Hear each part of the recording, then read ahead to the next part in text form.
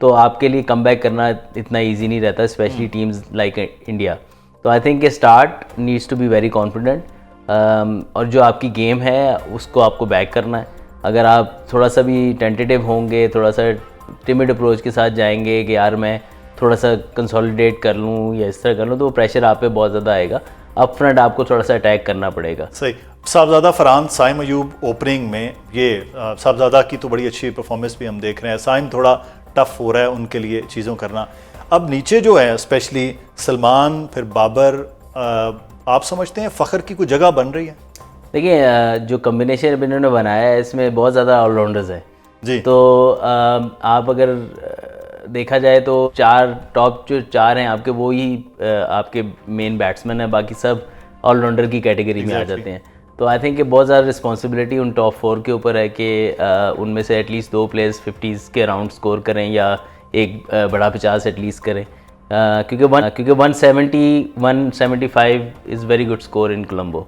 अच्छा। तो उसको करने के लिए आपके टॉप ऑर्डर, क्योंकि जैसे जैसे गेम चलता जाता है बैटिंग मुश्किल होती जाती है, स्पेशली आफ्टर 10 ओवर्स इतना इजी नहीं रहता।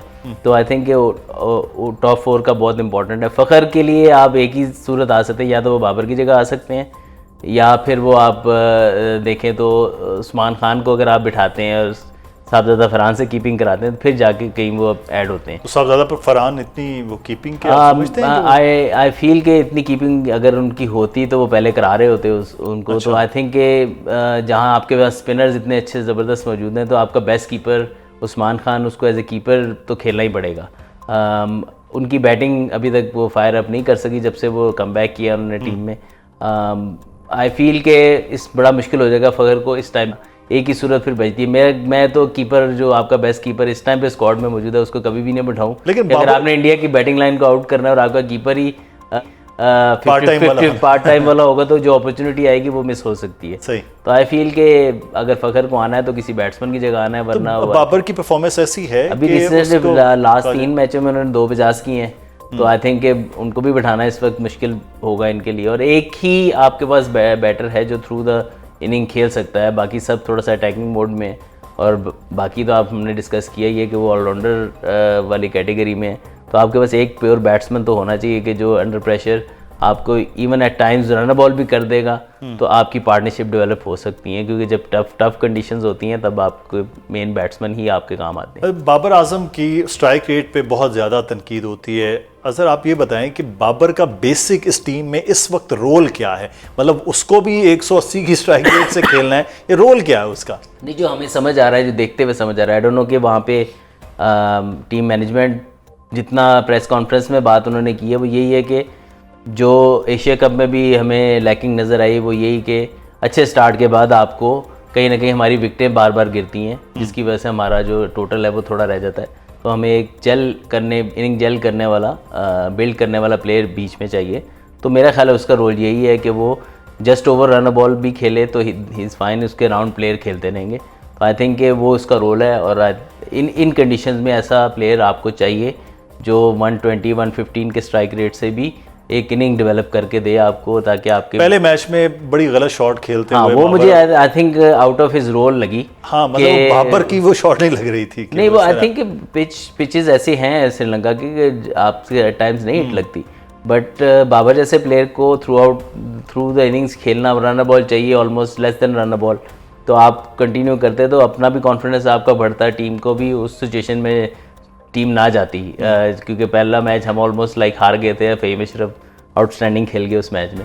तो आई थिंक ऐसी सिचुएशंस में बाबर को play his game and just stay out there, और एक पार्टनरशिप डेवलप करे। पार्टनरशिप भी, और एक वो कहते हैं बड़े का रोल, हम कहते हैं कि वो सेंटर ऑफ, क्योंकि बाकी जितने ऑलराउंडर्स बैटर्स हैं वो फिर आप खुल के अपने शॉट्स खेल सकते हैं। एग्जैक्टली। अच्छा साहब, कल का मैच सबकी नज़रें उस पर हैं, अभी प्रोग्राम से पहले भी हम उस पर बात कर रहे थे। आप खुद पाक भारत मैचेस का हिस्सा रहे हैं, ये आम मैचेस से कितना मुख्तलिफ होता है, कितना प्रेशर होता है, ख़ास तौर पे जब आईसीसी का इवेंट हो? नहीं, बिल्कुल, जैसे एक्सपेक्टेशंस होती हैं दोनों कंट्रीज़ के फैंस की कि पाकिस्तान इंडिया का जो मैच है वो जीतें, और आप ये देख लें कि जब भी इवेंट में पाकिस्तान इंडिया आमने सामने होते हैं, जो उसकी वाइब है वो एक डिफरेंट ही हो जाती है। और आई थिंक ये वाला मैच और ज़्यादा अहमियत का हामिल है, क्योंकि काफ़ी चीज़ें रिसेंट पास में ऐसी हुई हैं जिसमें जब भी पाकिस्तान इंडिया सामने आएंगे तो हमें स्पेशली करंट सिनेरियो देखते हुए हमारी ख्वाहिश होगी कि पाकिस्तान मैच जीते, और वो तो हमेशा भी रहती है, लेकिन स्पेशली इस सिनेरियो में। और बड़ा अच्छा मौका है पाकिस्तान के पास कंडीशंस को देखते हुए, और जो हमने लास्ट एशिया कप का फाइनल जिस तरीके से खेला, और वो सिमिलर काइंड ऑफ कंडीशंस हो सकती हैं जिसमें शायद पाकिस्तान को थोड़ा सा अपर हैंड हो सकता है। अच्छा, कैसे ये कंडीशन वाला बड़ा एक इम्पॉर्टेंट मामला है। पाकिस्तान के पास ये एज है कि एक ही जगह पे खेले रहे हैं, वहीं पे ना को ट्रैवल कर रहे हैं, इसका कोई एज होता है टीम को? नहीं, इस जो पाकिस्तान श्रीलंका की कंडीशन और पाकिस्तान की स्पिन बॉलिंग अटैक है, जो रिसेंट पास में अगर पाकिस्तान ने पीछे देखा जाए तो मोहम्मद नवाज़ पाकिस्तान टीम में जब से वापस आए अच्छी परफॉर्मेंस देने हैं, शादाब का जब कमबैक हुआ है तो ये दो उनकी जो कंसिस्टेंसी है बॉलिंग में वो पहले से बहुत बेहतर हो गई हुई है। तो आई थिंक कि वो दो ऑलराउंडर्स हमारे पास मौजूद हैं। उसके साथ हमारे पास दो ट्रम्प कार्ड जो अबरार अहमद और उस्मान तारिक हैं। तो ये 4 टोटल स्पिनर्स पाकिस्तान के, और साइम यूब साथ उनकी हेल्प आउट करेंगे। तो आई थिंक बहुत एक फॉर्मेडेबल स्पिन बॉलिंग अटैक है जिसको डोमिनेट करना चाहिए इंडिया बैटिंग के अगेंस्ट। और कंडीशन स्पेशली अगर उसी तरह ही हुई जो कि नॉर्मली होती हैं कोलंबो की, तो आई थिंक कि वो पाकिस्तान को डोमिनेट करने में हेल्प कर सकती हैं। अच्छा, उस्मान तारिक पे बहुत ज़्यादा इस वक्त हम सोशल मीडिया पे देख रहे हैं, बात इंडिया में भी हो रही है, पाकिस्तान में भी हो रही है। एक तो कुछ लोग उनके एक्शन पे बात करें, 12 एक्शन तो आईसीसी ने ऐसी कोई बात नहीं की, लेकिन उस्मान तारिक वाकई ये थ्रेट हो गए इंडिया के लिए कि बॉलिंग करें 4 ओवर उनके, वो मुश्किलात होंगी इंडियंस? नहीं, बिल्कुल हो सकती है, क्योंकि जितने भी लीग्स में अभी तक वो खेले हैं, इंडियन स्पिनर्स को अच्छा खेल लेते हैं, अच्छा खेलते हैं, लेकिन आपने देखा है जब भी quality spin against India even recent past में आएगी, क्योंकि गेम ना बहुत तेज़ हो चुकी है, तो आप अग्रेसिवली ही कोशिश करते हैं खेलने की, उसमें चांसेस होते हैं विकेट्स गिरने के। तो इंडिया ने, अगर आप एशिया कप का फाइनल देखें तो अगेंस्ट स्पिनर्स इंडिया को ट्रबल हुई है। तो क्वालिटी स्पिन जब भी होगी तो बैट्समैन जितना मर्जी स्पिन को अच्छा खेलता हो, जब कंडीशन उस तरह की हो और बॉलर्स अच्छे हों तो ट्रबल तो करते हैं। तो आई थिंक कि पाकिस्तान के पास ये बड़ा ज़बरदस्त मौका है, हमारे स्पिनर्स के पास बहुत ज़बरदस्त मौका है कि पाकिस्तान इंडिया की बैटिंग लाइनअप को डोमिनेट करें।